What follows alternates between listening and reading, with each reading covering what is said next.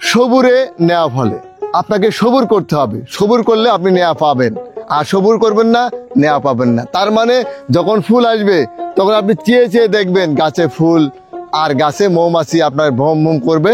সেই সময় আপনাকে কিছুই দেওয়া যাবে না, না সার, না না গোবরের সার, না জৈব সার।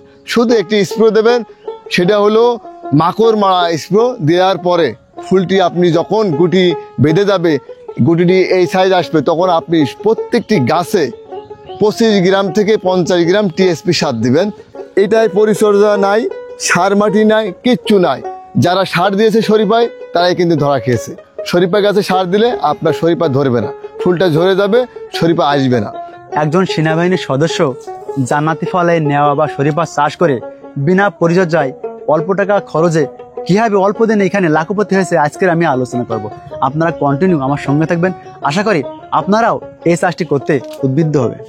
আমরা কেন বিদেশি ফল আমরা আমদানি করব? ফরমালিন যুক্ত এই ফলগুলো কেন আমরা খাবো?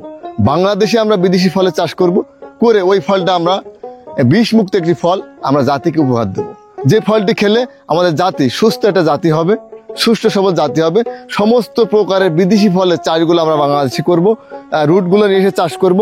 করলে আমরা এই যে বিদেশি ফলের চাষটা, এটা থাই শরীফা, যে শরীফাটা আমরা চাষ করে বাণিজ্যিকভাবে আমরা লাভবান হচ্ছি। দেশকে আমরা একটা বিষমুক্ত একটি ফল উপহার দিচ্ছি।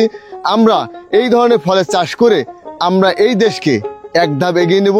আর এই ধাপটি এগিয়ে নেওয়ার জন্য শুধুমাত্র আমাদের পারবে একটি সমাজ, সেটা হলো যুব সমাজ। ভাই, এই শরীফা চাষ করে অনেক কৃষকরা লস খাচ্ছে, গাছে ফুল দাঁড়াচ্ছে না, ফল দাঁড়াচ্ছে না, এ বিষয়ে যদি কিছু বলতে। আমি প্রথমেই আপনাকে একটি ইয়েতে বলেছি যে এই শরীফাটা পরিচর্যা একেবারেই কম। যে ব্যক্তি পরিচর্যা করবে সে এই বলছে সবুরে নেওয়া ফলে।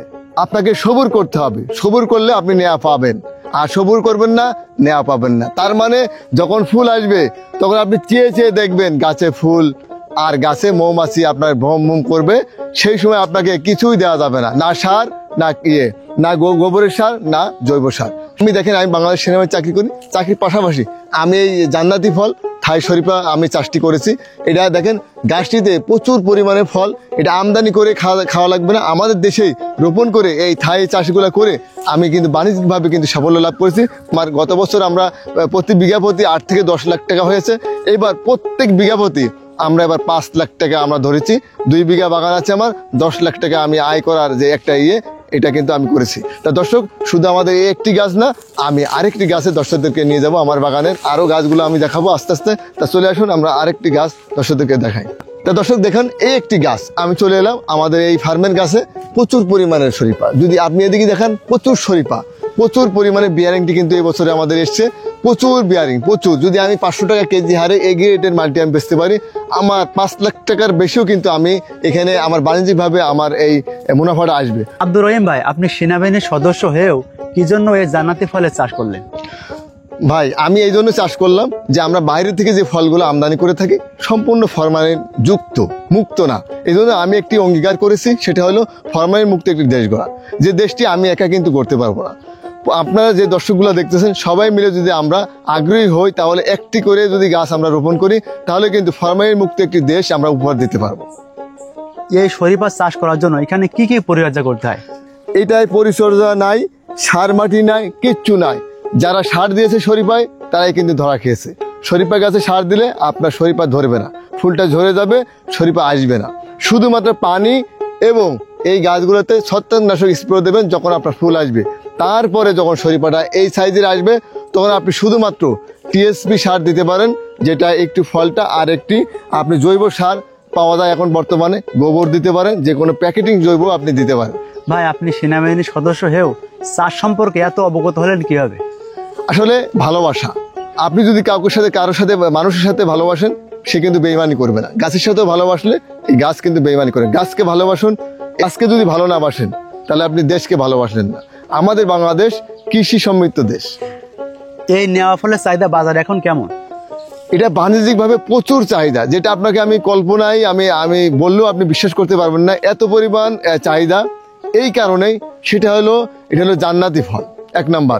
2 নম্বর, এই পৃথিবীতে যত প্রকারের ফল আছে সব ফলের ভেতরে সবচেয়ে বেশি মিষ্টতা হলো, বেশি স্বাদের ফল হলো এই জান্নাতি ফল, শরীফা ফল বা নেওয়া ফল।